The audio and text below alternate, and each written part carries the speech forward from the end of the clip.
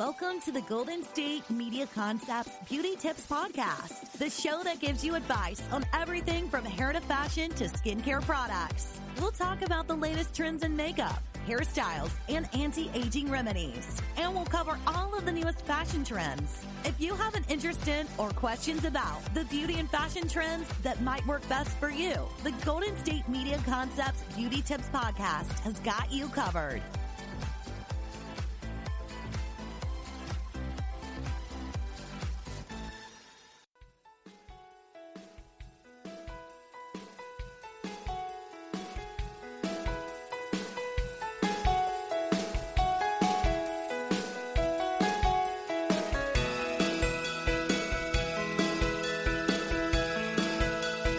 Hey everyone, and welcome back to the GSMC Beauty Tips Podcast, hosted by the GSMC Podcast Network. I am, of course, one of your hosts, Becky, coming at you with all things alternative beauty.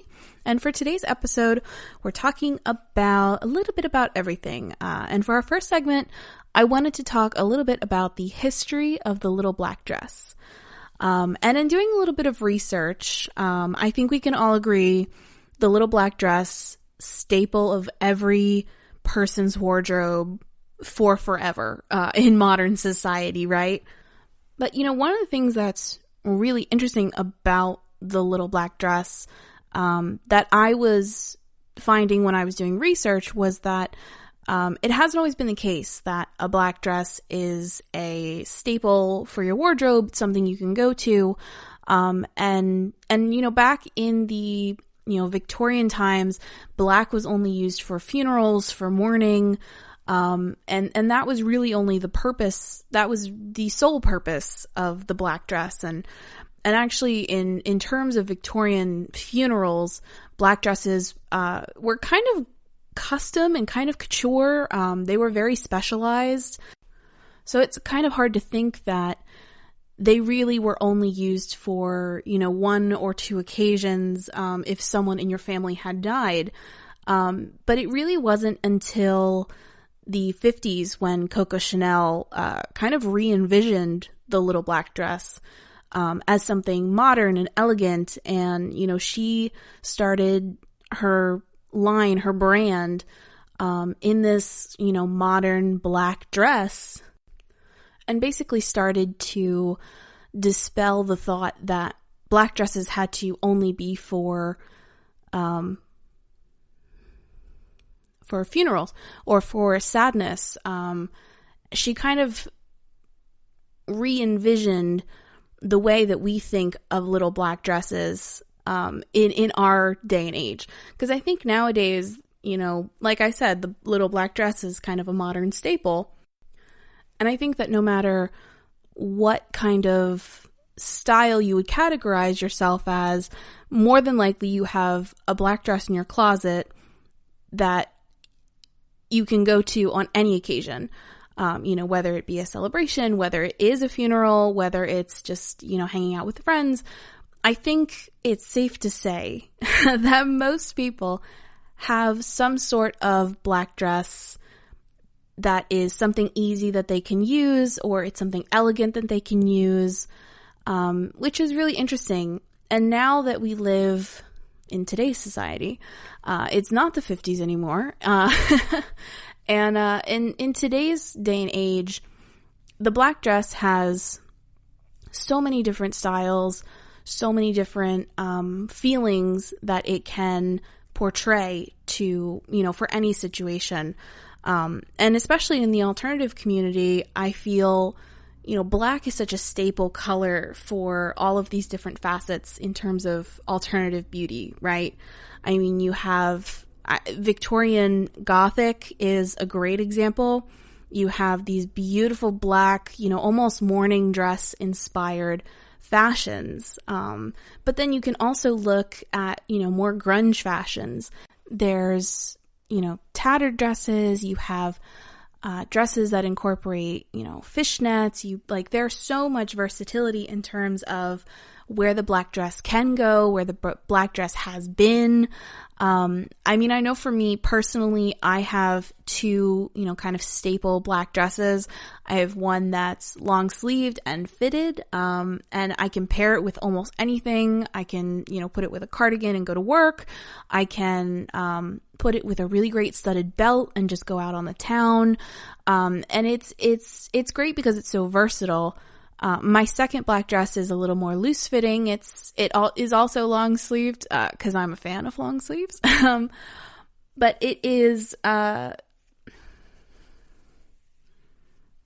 it's definitely a dress that I can take, and like go out and have brunch with my friends, or I can, wear over the weekend and feel comfortable without feeling, too dressy. I think there's this kind of thought with dresses, that by wearing them somehow you are fancier than you need to be at some occasions. But it's also not necessarily true with all dresses, right? I mean, you can put on a really great cotton dress and feel like, wow, I feel so casual, I'm wearing flats. But then you'll have, 10 people that day be like, wow, you look really nice. Like, you really dressed up for this. And it's like, no, I just put on a black dress that I had in my closet, which I must say is kind of the great duplicity of black dresses, right? I mean, they're versatile. They can be casual. They can be elegant. They can be modern. They can be vintage. There's a lot that you can do within the scope of what a little black dress is, right? And again, like we've been talking about, it all goes back to, what makes you feel comfortable, what makes you feel confident. And I know for me personally, when I wear a black dress, I feel super confident because I'm like, it's slimming, I look good, I am pale, so the black really looks good on my skin. So it's definitely something that I go to on a pretty regular basis, and especially with like we've been saying, with the versatility of these dresses, it just makes it that much easier for me to go into my closet and say, yeah, okay, we're going to go with that little black dress. And I also thought it was just interesting, the history of the little black dress, because it's not really something that I think we think about in today's standards. I mean, going back to, Victorian era America, it was, funerals. Like, that was basically the only time you would wear black is when somebody died. And now in today's society, you can wear black every day of the week, like me. And nobody, bats an eye. So I thought that was something very interesting to bring up in today's episode, and also something interesting to think about of, if it weren't for Coco Chanel, would we think of black as a normal everyday fashion color, or would we still consider it a, depressing, sad funeral color? And on that note, I'm going to take a quick break, and when I come back, we're going to be talking about how to get the perfect smoky eye. Stay tuned.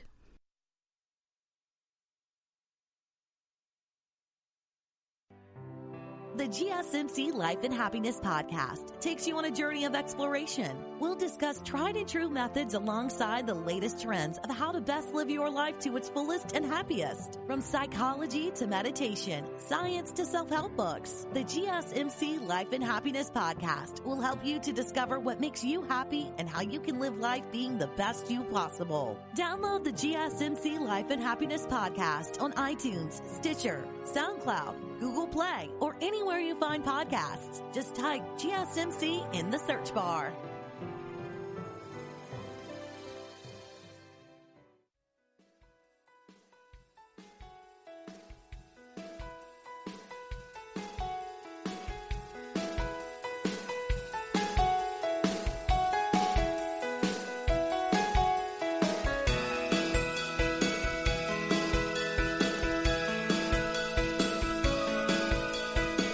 Welcome back to the GSMC Beauty Tips Podcast, hosted by the GSMC Podcast Network. I am, again, of course, your host, Becky. And in our first segment today, we were talking about the history of the little black dress.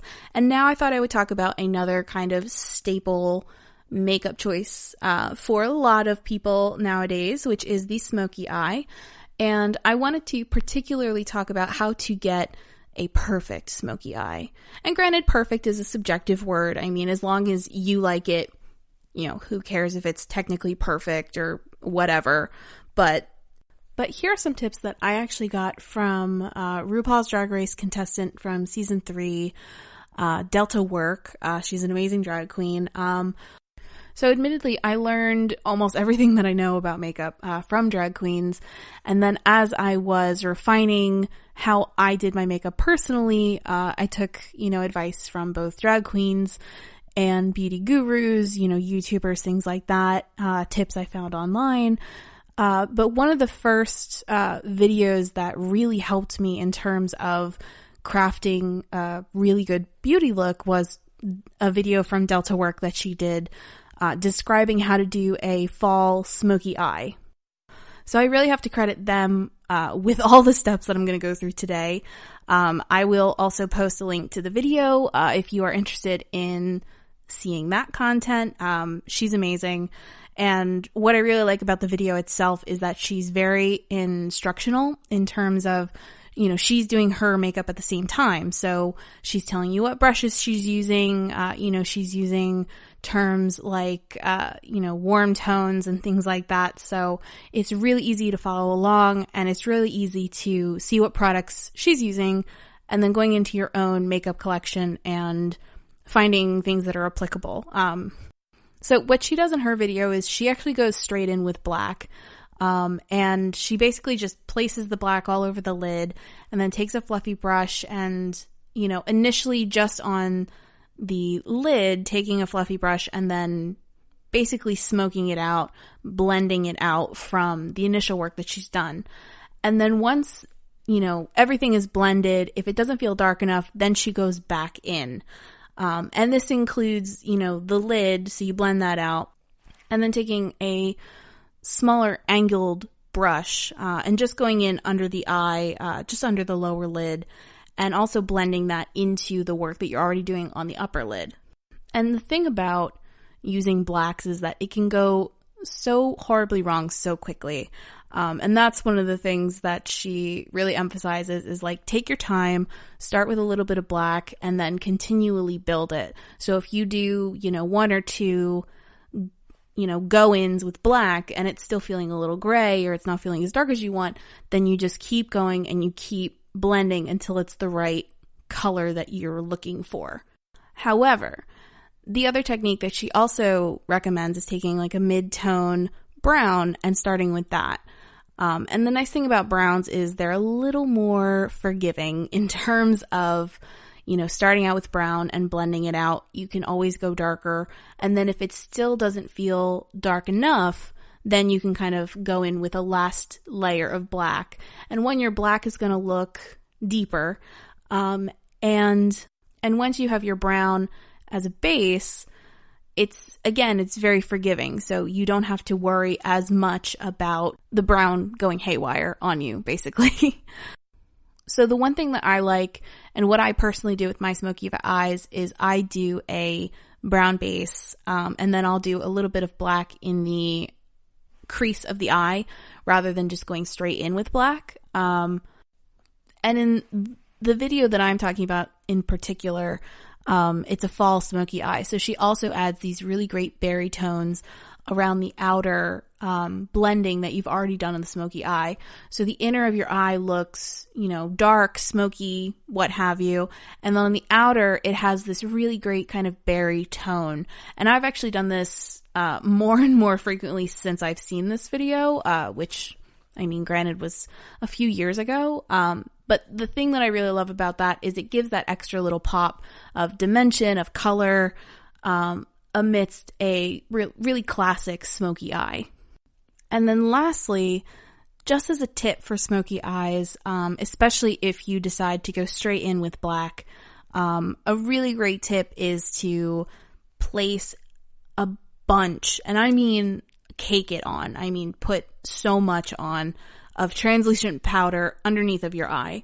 And you want to do a nice thick layer, because if you have fallout, you can easily brush away the powder without worrying about creating streaks from the black eyeshadow that you've already laid down. And if you're like me, I like to start with my foundation first and then do my eyes. I know that there are a lot of people out there who can do their eyes first. It's just not a rhythm that I've ever really been able to get into. But it's a great tip if you're like me and you like to do your foundation first. And on that note, I'm going to take a quick break, and when I come back, we're going to be talking about how to make your makeup stick longer, especially in situations like outdoor concerts or places where you think you may sweat or get wet in some way. So stay tuned. Tired of searching the vast jungle of podcasts? Now listen close and hear this out. There's a podcast network that covers just about everything that you've been searching. Hey! The Golden State Media Concepts Podcast Network is here. Nothing less than a podcast bliss with endless hours of podcast coverage. From news, sports, music, fashion, cooking, entertainment, fantasy, football, and so much more. So stop lurking around and go straight out to the Golden State Media Concepts Podcast Network. Guaranteed to fill that podcast itch. Whatever it may be. Visit us at www.gsmcpodcast.com. Follow us on Facebook and Twitter, and download us on iTunes, SoundCloud, and Google Play.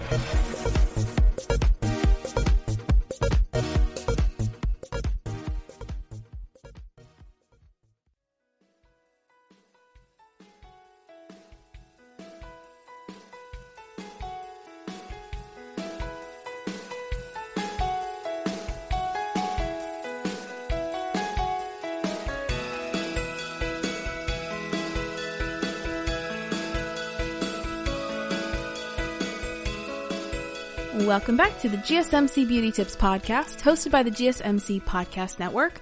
I am, again, of course, your host, Becky. And in our first segment, we were talking about the history of the little black dress. In our second segment, we talked about the perfect smoky eye and tips that I got from the fabulous Delta Work, who is a drag queen, about how to achieve a perfect smoky eye. And then in this last segment, I wanted to talk about how to make your makeup stick in extraneous circumstances. So I'm talking about your Coachella, your outdoor concerts, your clubs, things of that nature where the environment is a little more extreme. Maybe you're dancing, maybe it's out in the sun. Here are some great tips to keep your makeup all day long looking as fresh as possible. So I actually found this great article, which I will also post online on our socials as well, about how to make your makeup stay all day long. And the first tip that they had mentioned was to exfoliate before you do anything. And I think this is a really great tip, especially because once you exfoliate, you're starting on a very smooth, clear base. So one, you're getting all of the dead skin off, so you don't have to worry about that. And two, it's just great to exfoliate your face in general. I like to do my exfoliation, 2 or so times a week, just because of my own personal skin preferences. So it's great to start with an exfoliator, especially because you're going to be out all day in the sun or out all night in the club. So it's good to have a nice fresh base to start with. The second tip that they had mentioned is really specifically for if you're going to be out in the sun all day, especially in the summer, if you're, going on a day trip somewhere and you're going to be outside all day. The one thing that they recommend is to use sunscreen. And of course, sunscreen is extremely important. It's going to help the longevity of your skin. The more you use now, the more you will thank yourself in the future. One of the tips that they had said was to apply your SPF, whatever level you need, 20, 50, 100, and leaving it on for 20 minutes to really let it soak into your skin before you go any further.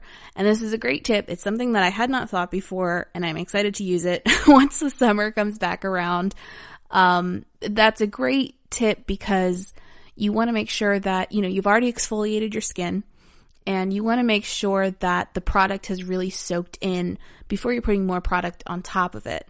In my experience, a lot of SPF tends to be a little greasy, a little oily. So you really want to make sure that those oils and, all of the product is soaking into your skin first before you're putting on extra product on top. Because as a girl who likes a good full coverage foundation, I don't mind looking like I'm wearing foundation, but nobody wants to look chunky. Like, no one wants their pores to look kind of clunky, I guess is the best word for it. So exfoliating and then putting on sunscreen and then waiting 20 minutes. So keeping this in mind, I need time for this to soak into my skin. So once everything's soaked in and exfoliated and all this stuff, the next element that you want to consider is using primers. And primers for the eyes, primers for the lips as well. I personally use a Smashbox primer. I think it's great. I know a lot of people use the MAC Paint Pot. I hear that's really good. The Urban Decay primer is amazing for the eyes. And primer basically is going to, one, make the colors that you're using stand out. And two, it's really going to help keep your makeup in place all day. Especially because one of the things that you have to consider if you're going to be around people or if you're going to be out in the sun, you're more than likely going to sweat. I mean, all of us do, right? And it can get a little scary if your eyeshadow is dripping down your face. So primers can definitely help eliminate that fear. And it can also help, I know for me, if I'm out for a really long time, my bottom eyeshadow, the eyeshadow on my lower lash will start to bleed onto my under eye and a little bit onto my cheeks if I'm not careful. So I really like to use a primer because it will do its darndest to make sure that your eyeshadow is staying exactly where you placed it to begin with, and it's going to make sure that it stays there. And then the last tip that they had said that really stuck out to me was setting spray. Now, I am definitely someone who uses a setting spray basically every time I wear makeup. I personally use the Morphe Jeffree Star collaboration. They did a setting mist. It smells slightly like strawberries, which I like. But it's very moisturizing, which was kind of the main draw as to why I decided to try it in the first place. I am hooked, to say the least. So I'm someone who really loves a good setting spray. And I really like setting spray because it really makes my process, at the end of my process, feel like, okay, this is going to stay all day. And all of that being said, I've tried a couple different setting sprays. Right now, the Jeffree Star Morphe collaboration is probably one of my favorites. But I have tried the Urban Decay All Night Long setting spray, which is great. And I've tried the Kat Von D Lock-It setting spray, which is okay, but it didn't quite feel as nourishing to my skin. So I mostly use that to help put on my eyeshadows, which, as we've talked about on here, using your setting spray can be a great way to apply, shimmer shades or glitters, because it almost turns the eyeshadows into a paint. Plus, using the setting spray is going to help your eyeshadows last longer as well. It's really going to make sure that those colors and glitters stay in place. But of course, take these tips, try them out, see if they work for you, and, find out your own routine of what is best for your skin, what's going to help your makeup last the longest. I'm going off personal experiences. These are the things that I have tried and have worked for me. But it's definitely a trial and error process. And you really want to take the time to figure out what's going to be best for your skin. As I've mentioned on here before, I have very oily skin, so these are the things that, through trial and error, I have figured out work for me. But that's the beauty of this beauty podcast is, I'm just giving you advice that has worked for me. Now you can take it and decide whether or not that's something that works for you, whether or not it's something, if it doesn't work for you. And that's good because now you know. So that is all I have for you today. We're getting close to the end of the year, so please stay tuned. You can definitely find us on social media. We have a Facebook. It's under Golden State Media Concepts Beauty Tips Podcast. You can also find us on Twitter under GSMC_beauty. Stay tuned for next episode because I will be broadcasting on New Year's Eve, and we will be talking about the trends from 2019, what we liked, what we didn't like, what we hope stays into 2020, and what we can do without. Again, of course, I am your host, Becky, coming at you with all things alternative beauty. And please don't forget to rate, review, and subscribe. A good review always helps us out. Let us know how we're doing here. Let me know how I'm doing. Merry, happy holidays to everyone out there. I hope you all had a great holiday week, and I will see you all next time. Bye. You've been listening to the Golden State Media Concepts Beauty Tips Podcast, part of the GSMC Podcast Network. You can find this show and others like it at www.gsmcpodcast.com. Download our podcast on iTunes, Stitcher, SoundCloud, Google Play, or anywhere you find podcasts. Just type in GSMC to find all of our shows from the GSMC Podcast Network, from health and wellness to entertainment and life and happiness to sex and relationships. You can also follow us on Twitter and Facebook. Thank you, and we hope you have enjoyed today's episode of the Golden State Media Concepts Beauty Tips Podcast.